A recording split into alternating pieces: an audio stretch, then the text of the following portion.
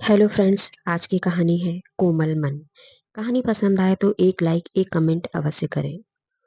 कविता अपनी मम्मी सुनीता के साथ सुबह स्कूल जा रही थी। स्कूल पास ही में था, इसीलिए माँ बेटी पैदल ही जा रही थी। रास्ते में कविता ने देखा एक छोटा सा बच्चा सड़क पर खेल रहा था। पास ही में उसकी माँ भीख मांग रही थी। कविता का मन था उसके साथ खेलने का। कविता ने अपनी मम्मी से कहा, मम्मी मुझे भी इसके साथ खेलना है। सुनीता जी ने कहा, बेटा नहीं, ये गंदे लोग हैं। देखो ठीक से नहाया भी नहीं है। चल स्कूल के लिए देर हो रही है। सुनीता कविता को लेकर आगे चल दी। कुछ दूर जाने पर कविता ने पूछा, मम्मी वो इतना गंदा क्यों था? सुनीता जी ने कहा, बेटी वो भीख मांगने वाले गरीब लोग हैं। उनके पास ना घर है, ना कोई नहाने की जगह। यहीं पास में झुग्गी में रहते होंगे। बातें करते करते स्कूल आ गया। कविता को स्कूल छोड़कर सुनीता जी वापस घर आ गई। इधर कविता अपनी क्लास में बैठी कुछ और ही सोच रही थी। वो बेचारा तो स्कूल भी नहीं जाता होगा। जब वह पढ़ेगा नहीं तो उसे भी भीख मांगनी पड़ेगी। स्कूल खत्म होने के बाद सुनीता जी कविता को लेकर घर चल दी। कविता ने रास्ते में देखा, अब वह बच्चा वहां नहीं था। उसकी माँ भी नहीं थी। कविता बोली, मम्मी वो बच्चा और उसकी माँ कहाँ चले गए? अरे मुझे क्या पता, चल। पता नहीं कहाँ कहाँ तेरा दिमाग चलता रहता है। सुनीता जी ने कविता को डांटते हुए कहा। घर आकर भी कविता उस बच्चे के बारे में सोचती रही। अगले दिन सुबह कविता अपनी मम्मी के साथ स्कूल जा रही थी। तभी उसे एक जगह भीड़ दिखाई दी। सुनीता जी ने पूछा तो किसी ने बताया, बेचारी भिखारन सुबह भीख मांग रही थी। तभी दूसरी ओर से आ रही तेज गाड़ी ने उसे उड़ा दिया। वही खत्म हो गई। अब पता नहीं इस बच्चे का क्या होगा। कविता ने देखा वही बच्चा अपनी माँ के पास बैठा रो रहा था। सुनीता जी और कविता आगे स्कूल के लिए चल दिए। कविता ने पूछा, मम्मी अब इस बच्चे का क्या होगा? सुनीता जी ने कहा, बेटा अभी पुलिस वाले आएंगे, उसे ले जाएंगे, बाद में उसे किसी अनाथ आश्रम में छोड़ देंगे। कविता को कुछ समझ नहीं आया। वह बहुत कुछ जानना चाह रही थी, लेकिन तभी स्कूल आ गया। दोपहर को स्कूल से आते समय कविता ने देखा वहां कोई नहीं था।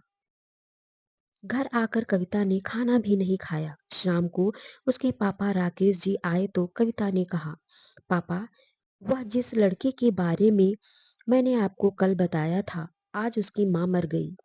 पापा क्या हम उसे अपने साथ नहीं रख सकते? वह बेचारा तो स्कूल भी नहीं जाता है।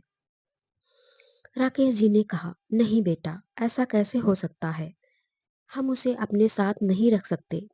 पता नहीं कौन है। कविता के मन पर उस बच्चे ने गहरी छाप छोड़ी थी। उसने खाना भी नहीं खाया। सुनीता जी और राकेश जी ने उसे समझाने की बहुत कोशिश की, लेकिन उसका मन उस बच्चे को अपने साथ रखने के लिए बेचैन था। रात के समय कविता को बुखार हो गया। उसका कोमल मन बहुत विचलित था। समाज की ऊंच नीच से बेखबर वह उस बच्चे के बारे में सोच रही थी। अगले दिन वह बहुत कमजोर लग रही थी। राकेश जी और कविता जी बहुत परेशान हो गए। डॉक्टर को दिखाया। डॉक्टर की दवा से बुखार तो उतर गया, लेकिन घर में हर समय चहकने वाली कविता अब किसी से बात नहीं कर रही थी। वह गुमसुम सी खिड़की के पास बैठी बाहर देखती रहती थी। राकेश जी ने सुनीता से बात की, ऐसा कब तक चलेगा? कविता बहुत कमजोर हो गई है। सुनीता जी ने कहा, मैं उसे बहुत समझाती हूँ, लेकिन वह एक ही बात कर रही है कि अब उस बच्चे का क्या होगा। राकेश जी ने सुनीता से कहा, हम अपनी बच्ची की खुशी के लिए उस बच्चे को गोद ले सकते हैं क्या? सुनीता जी चुप रह गई। उन्हें कुछ समझ नहीं आ रहा था। कुछ देर बाद उन्होंने कहा, यह बहुत बड़ी जिम्मेदारी है, हमें बहुत सोचना होगा। राकेश जी ने कहा, मेरे लिए इस समय मेरी बेटी की खुशी से ज्यादा कुछ नहीं है।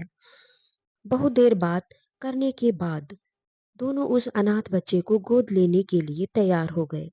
राकेश जी कविता के पास गए और बोले, बेटी अगर तू मेरी एक बात माने तो हम उस बच्चे को अपने घर ला सकते हैं। कविता का चेहरा खुशी से चमकने लगा। वह बोली, हाँ पापा, मैं आपकी सारी बात मानूंगी। बस एक बार उसे घर ले आइए।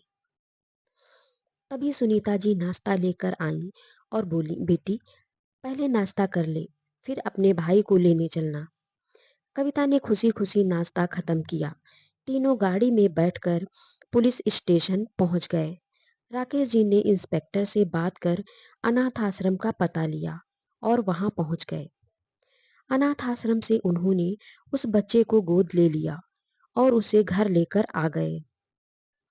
नए घर में आकर उस बच्चे को कुछ समझ नहीं आ रहा था। कविता ने उससे उसका नाम पूछा तो उसने मोनू बताया। सुनीता जी ने उसे नहला धुलाकर अच्छे से तैयार कर दिया। उसे नए कपड़े पहना दिए। अब वह किसी राजकुमार से कम नहीं लग रहा था। कविता और मोनू दोनों खेलने लगे। कविता उसे अपने सारे खिलौने दिखा रही थी। कविता को खुश देखकर राकेश जी ने कहा, आज मुझे अपनी बेटी पर गर्व महसूस हो रहा है। वरना लोग ऐसे बच्चों को देखकर मुंह बनाते हैं और अलग हो जाते हैं। इस तरह एक अनाथ बच्चे को एक घर मिल गया और माता पिता भी।